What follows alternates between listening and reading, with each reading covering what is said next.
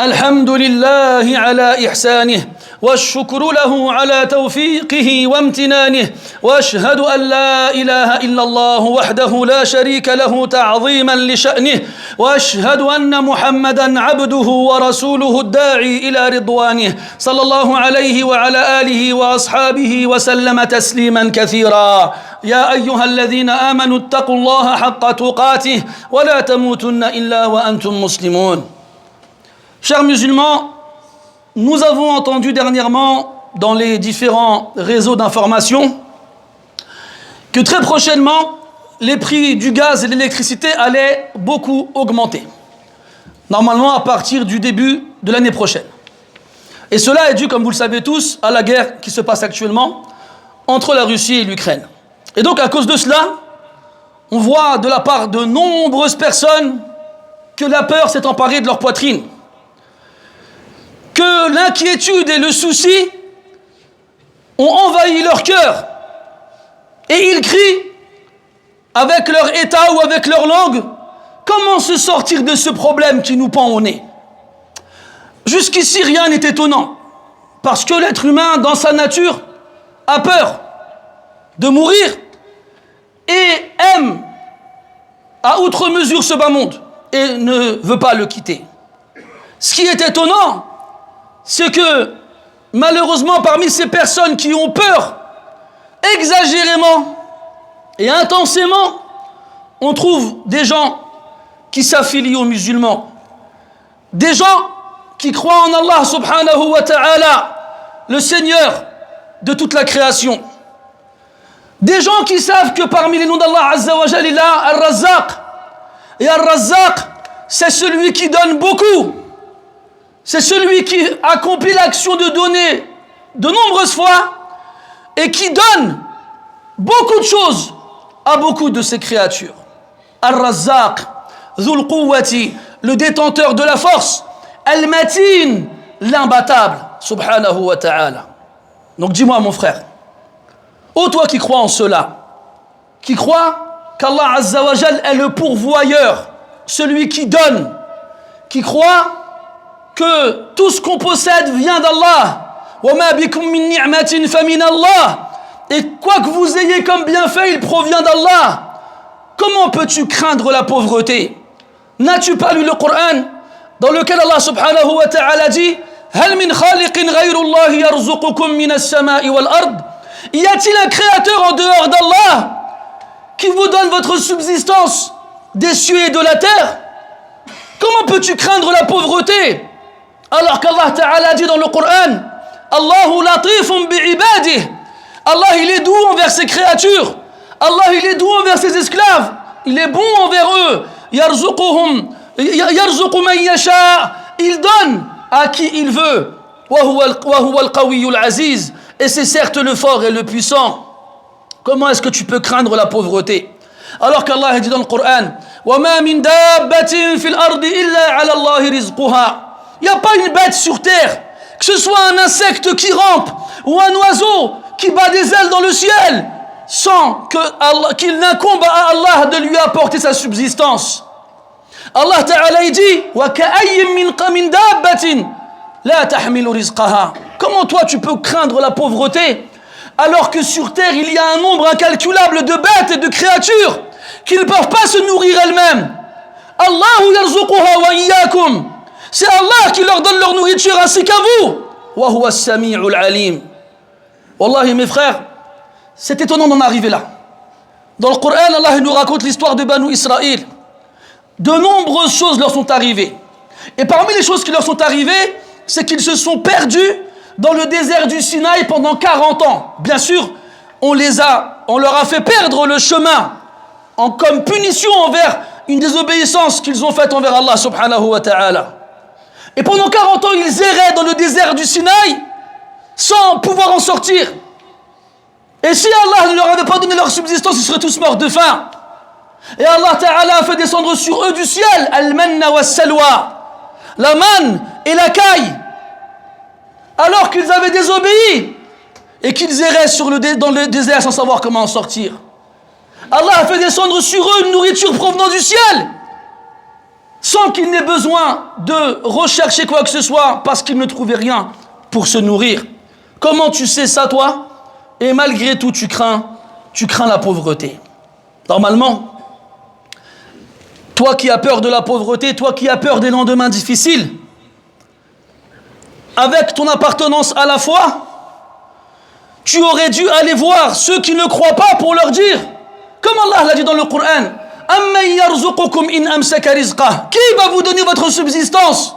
Si c'est Allah qui retient sa subsistance, si Allah il décide de nous priver de sa subsistance, qui va nous donner à sa place? Qui va nous donner à sa place? On l'a tous vu à la télé ou ailleurs, les politiciens qui réfléchissent à des solutions alternatives.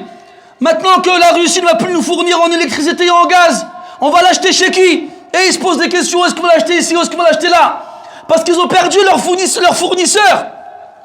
Mais nous, notre fournisseur, ce n'est pas la Russie. C'est Allah subhanahu wa ta'ala. Donc eux, maintenant qu'ils ont perdu leur fournisseur, ils en cherchent un autre. Mais le vrai fournisseur, c'est Allah azza wa jal. Et s'ils décident de nous priver de ce qu'il nous donne, wallah, et qu'on peut chercher dans tout l'univers, on ne trouvera personne pour le remplacer. Qui va vous donner si il retient ce qu'il vous donne?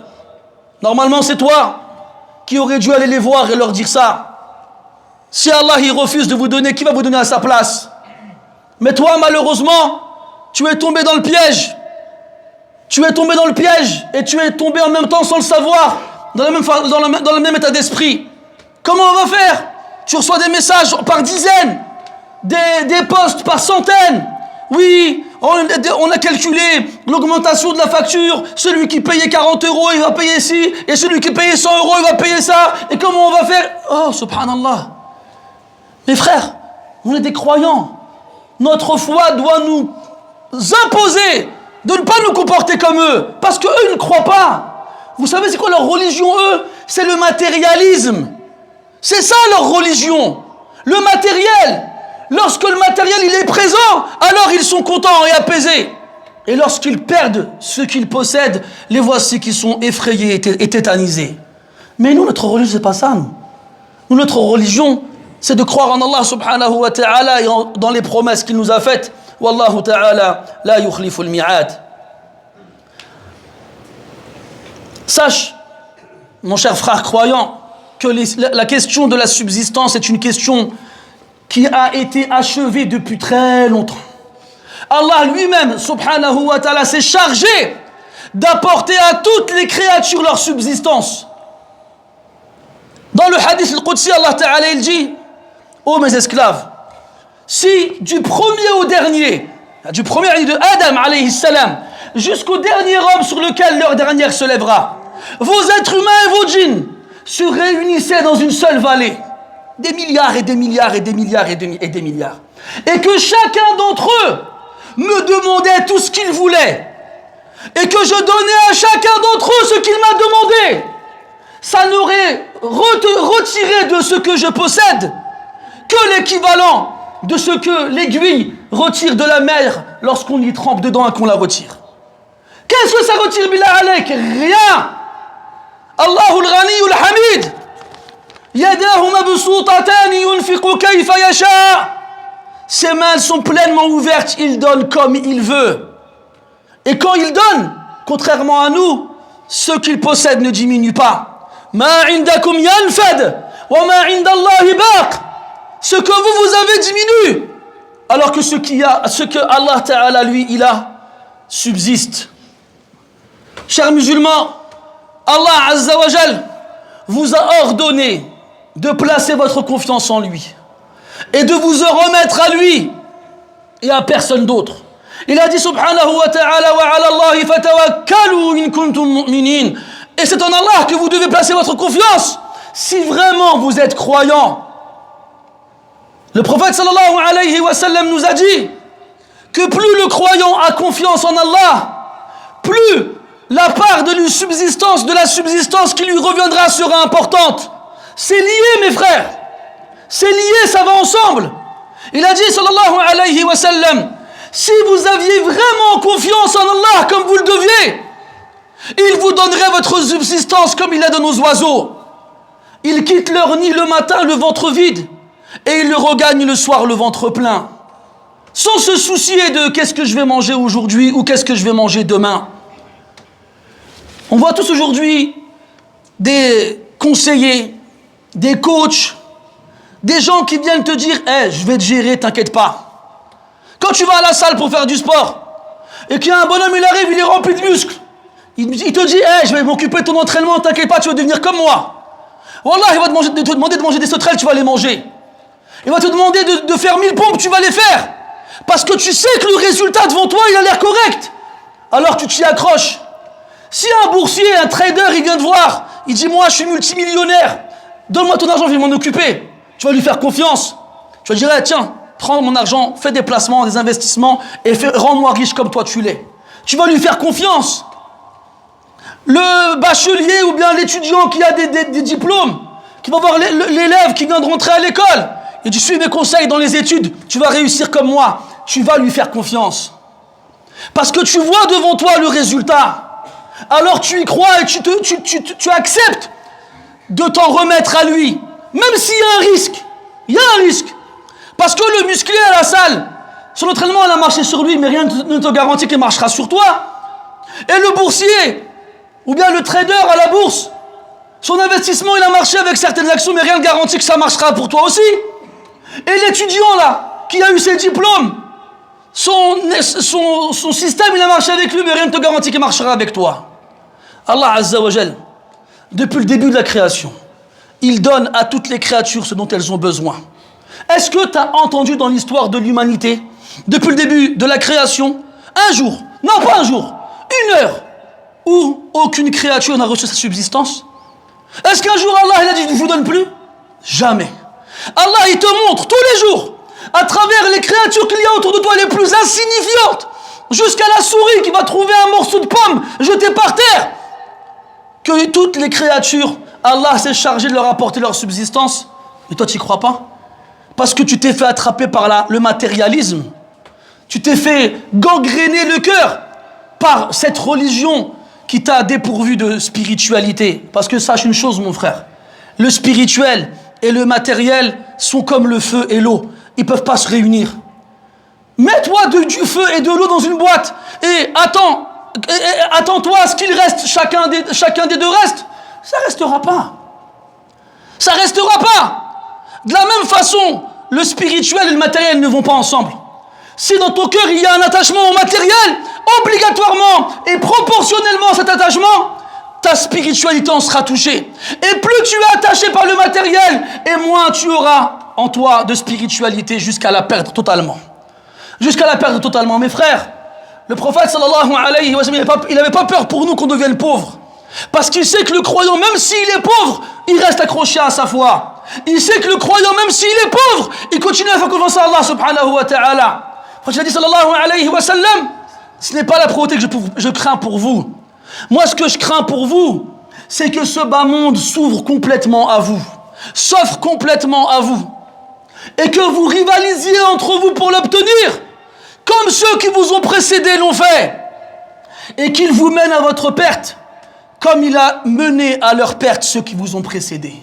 C'est de ça que le prophète il avait peur, alayhi salatu wassalam. C'était pas qu'on soit pauvre. T'inquiète pas. Si t'es pauvre et t'es croyant, wallah, t'es le plus riche. Wallah, t'es le plus riche. Parce que tu as en toi une chose qui est inestimable et c'est la foi. Cette chose-là qui te permet de surmonter les plus grandes épreuves. Alors que le plus riche des hommes, quand il n'y a pas la foi à la moindre épreuve, le met à terre. Craignez Allah, mes frères. Craignez Allah. Et remettez-vous-en votre Seigneur. Et placez votre confiance en lui. Et sachez que si vous agissez ainsi, il vous apportera votre subsistance d'un endroit et d'un lieu, d'un moyen auquel vous n'aviez même pas pensé. Comme il dit subhanahu wa ta'ala, wa man yattaqillah yaj'al lahu makhraja wa yarzuqhu min haythu la yahtasib. Quiconque craint Allah, il lui favorisera une issue et il lui apportera sa subsistance d'un endroit auquel il pensait même pas. Puis il dit après, وَمَنْ يَتَوَكَّلْ عَلَى اللَّهِ فَهُوَ حَسْبُهُ. Celui qui place sa confiance en Allah, Allah lui suffit. Oui mes frères, Allah il nous suffit. Quand on a Allah avec nous, on n'a pas besoin d'autre chose. Allah dit dans le Coran, أَلَيْسَ اللَّهُ بِكَافٍ عَبْدَهُ. Allah ne suffit-il pas à son serviteur? T'as Allah et tu cherches autre chose, subhanallah. Les croyants, leur devise, c'est de dire Hasbunallah wa ni'mal wakil. Allah nous suffit et quelle meilleure garantie. C'est comme quelqu'un il vient te voir et dit demain, je double ton loyer, je triple ton électricité et je multiplie par 5 ton gaz. Toi, ton père, il est milliardaire. Tu dis vas-y, mon père, il est milliardaire. Non, tu multiplies comme tu veux, c'est pas grave. Là, c'est pas une comparaison possible. Et pourtant, tu réfléchirais comme ça. Si ton père ou ton meilleur ami ou quelque que soit d'autre que tu connais, que tu sais, qui peut t'aider, il est riche, tu vas pas avoir peur de la pauvreté. Même si c'est pas tes propres moyens. Toi, tu as le plus riche des riches. Arnel Arnia. Le plus riche des riches. Et tu as peur. Allah, il t'a donné ta subsistance. T'étais dans le ventre de ta mère. Est-ce que tu as pensé à ça? Le sang de ta mère, il se transforme en nourriture pour que tu puisses vivre. Est-ce que tu as pensé à ça? Qui a fait ça? Carrefour? Lidl? Ou n'importe quel autre magasin? Non. C'est Allah subhanahu wa ta'ala. C'est Allah azza wa jal. Mais nous, on ne pense pas à ces choses-là. Nous, on regarde la télé, on flippe, on dit comment on va faire? Tu regardes ta femme, tu dis subhanallah, ils vont multiplier par 5, comment on va faire? Comment tu peux dire une chose pareille? Tu es un croyant, subhanallah. Comment c'est possible de dire une chose pareille? Al-Shafi'i disait, rahimahullah, je finirai là-dessus. Alayka bi taqwallah in kunta ghafilan. Si tu es insouciant, alors crains Allah. Ya'tika bil arzaq min haythu la tadri. Et il t'apportera les subsistances d'un endroit auquel tu ne pensais même pas. Comment peux-tu craindre la pauvreté alors qu'Allah est le pourvoyeur? Il a certes donné à l'oiseau dans le ciel et au poisson dans la mer. Et quiconque croit que la subsistance vient par la force,